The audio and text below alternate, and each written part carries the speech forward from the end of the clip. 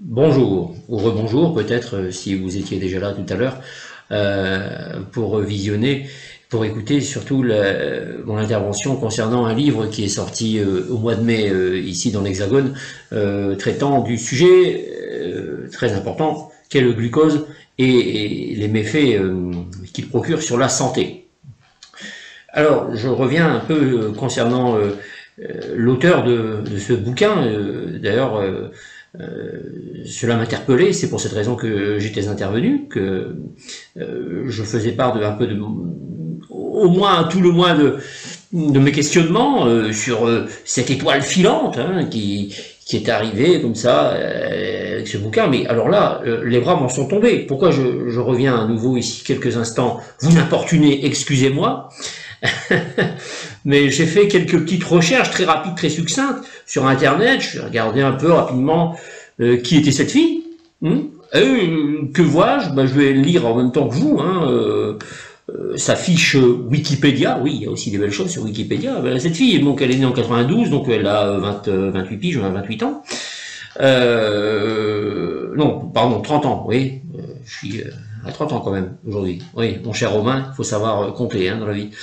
Bon, et il faut savoir elle a obtenu un bac en Angleterre. Et ensuite, elle est partie aux États-Unis, mais avant cela, elle s'est cassé le dos lorsqu'elle était en vacances à Hawaï. Bien. Donc elle s'est cassé le dos, il y a eu des problèmes, on ne sait pas exactement ce qu'elle a eu, ne vous inquiétez pas, la colonne vertébrale ne s'est pas cassée en deux.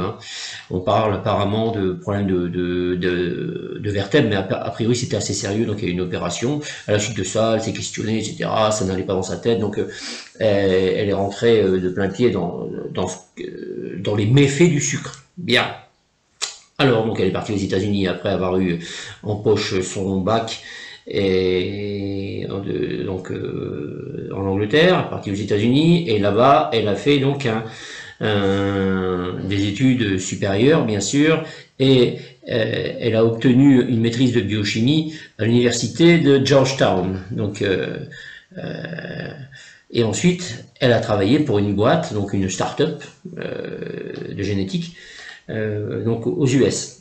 Et à l'issue de ça, cette start-up a lancé une forme de glucomètre. D'ailleurs, on la voit sans arrêt aujourd'hui. Je pense que ça fait partie de la campagne de marketing, avec son petit patch là sur son bras gauche, un patch qui la relie constamment et instantanément sur son smartphone pour voir un peu ce qui se passe quand elle mange du sucre, etc., où elle en est, voilà. Mais heureusement qu'elle est là, en fait, parce que sans elle, où serions-nous? Que ferions-nous? Vous vous rendez compte un peu? C'est extraordinaire, c'est une personne sensationnelle. Bon, on va le dire ainsi, bon, n'en déplaise aux gens en France qui sont diplômés du dernier rang, on va finir par le croire, puisque cette fille est là, c'est extraordinaire. C'est pourquoi je reviens, j'ai été effaré, c'est édifiant, c'est édifiant de, je ne vais pas vous dire de supercherie, j'en suis content pour elle, je le redis, mais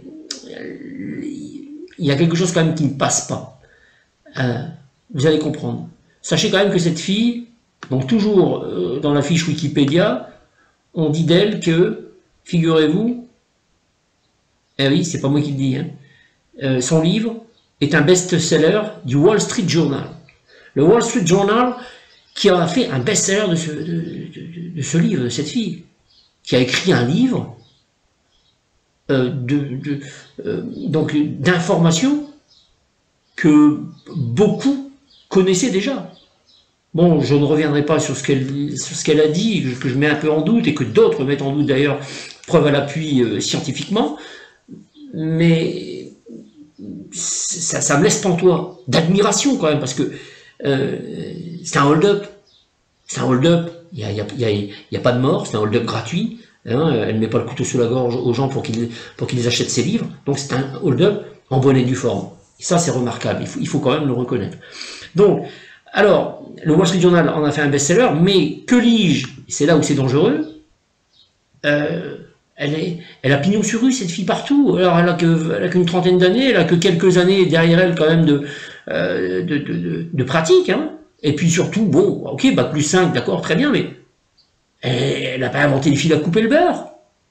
Et que voit-on? Ben, des articles très élogieux, par exemple dans l'Irish Examiner, le biochimiste répandant l'évangile de la glycémie équilibrée, peut-on lire? Alors ensuite, il y a en France un grand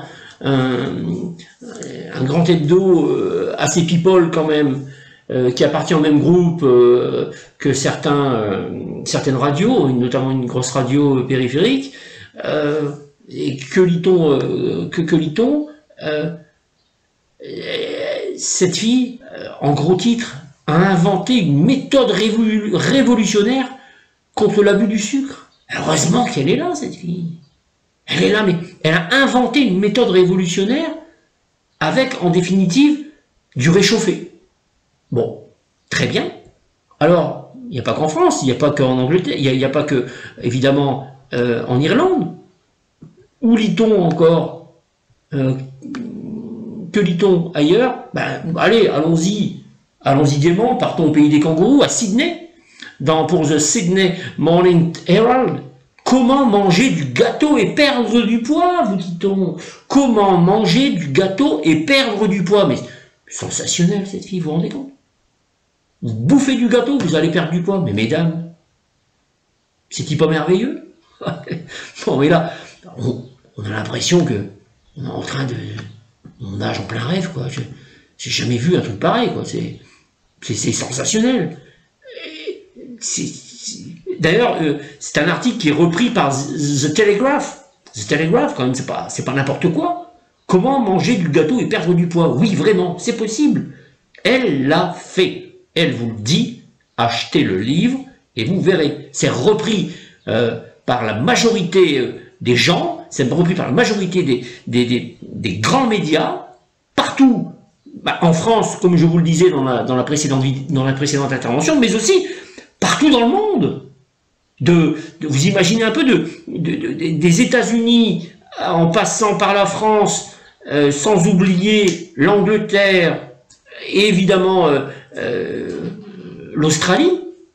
Mais comment a-t-on pu faire sans elle avant? Comment les diabétiques ont-ils fait?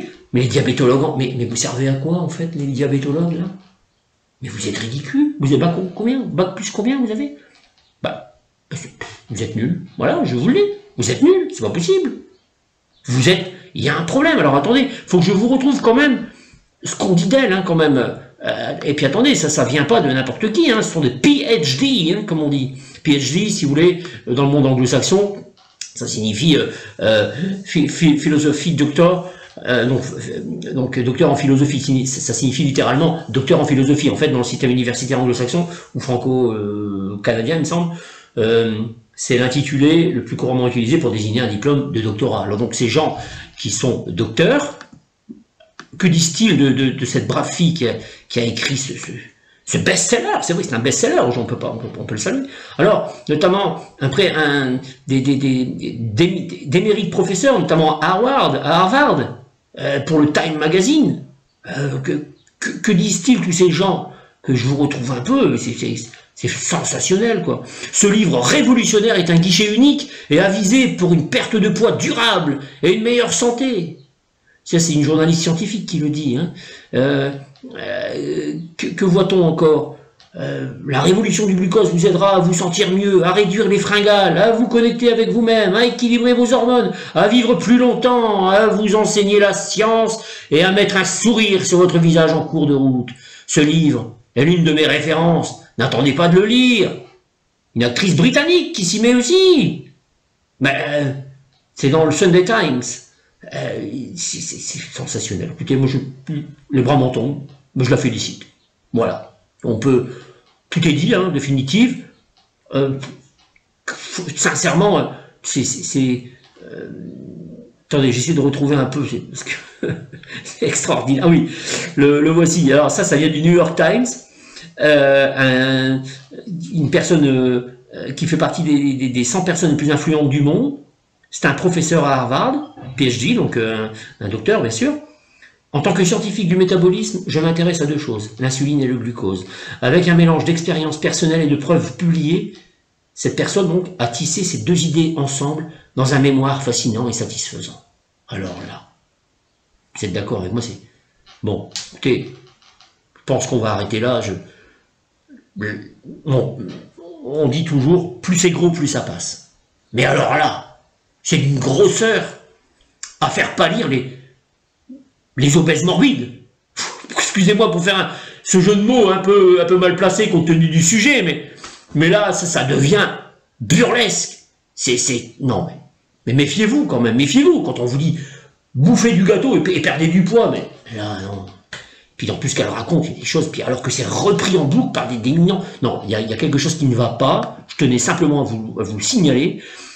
Ce que j'aurais envie de vous dire, moi, à mon faible niveau, c'est de prendre un peu de recul avec tout ça, d'arrêter de croire à Mickey, mais bien que tout ça vienne des États-Unis, hein, puisque bon, cette fille vit aujourd'hui a priori à New York.